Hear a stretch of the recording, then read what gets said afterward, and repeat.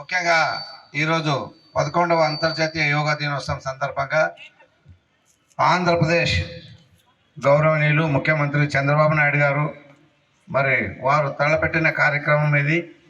వారు ఒక ఉద్దేశంతో ఈరోజు మన యావత్ భారతదేశంలోనే ఒక గిన్నిస్ రికార్డుగా ఉండాలని చెప్పి మరి ఈరోజు ప్రధానమంత్రి గారిని ఆహ్వానించి మరి వైజాగ్లో దాదాపు 3,19,000 యోగా పోషకులతో ఈరోజు అక్కడ యోగా చేస్తూ, అదేవిధంగా మంత్రివర్యులు మరి ప్రజలు అందరూ కూడా కలిసి ఈరోజు యోగా చేస్తున్నారంటే అది ఒక విజన్ అన్నమాట.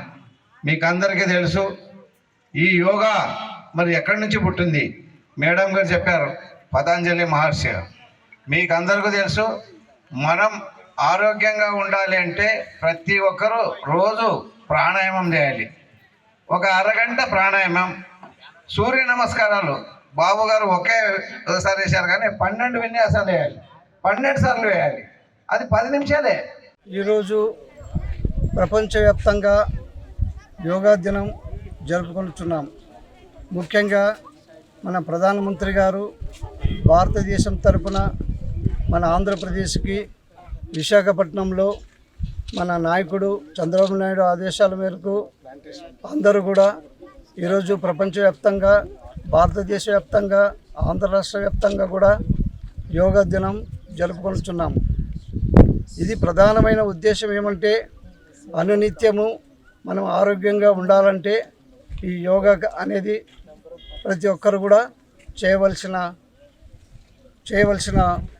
పని. ఇది ప్రతి ఒక్కరు కూడా శ్రద్ధగా నేర్చుకొని ఈ యోగా ఎలా చేయాలో మన ట్రైనర్స్ కానీ, తర్వాత అన్ని గవర్నమెంట్ అధిపతులందరూ కూడా, ముఖ్యంగా పల్లెల్లో కూడా గ్రామ సర్పంచ్ ఆధ్వర్యంలో అన్ని గవర్నమెంట్ అధిపతులందరూ కూడా కలిసి, ముఖ్యంగా పంచాయతీ కార్యదర్శి వెంకటనాయుడు గారు ఎంతో శ్రద్ధ తీసుకొని ఈ కార్యక్రమాన్ని జరుపుతూ ఉన్నారు.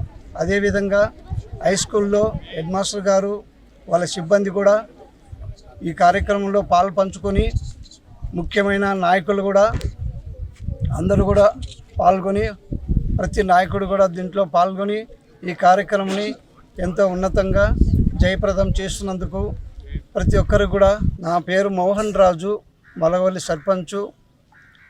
ఈ కార్యక్రమంలో నేను కూడా అందరితో పాటు పాల్గొనడం అయింది.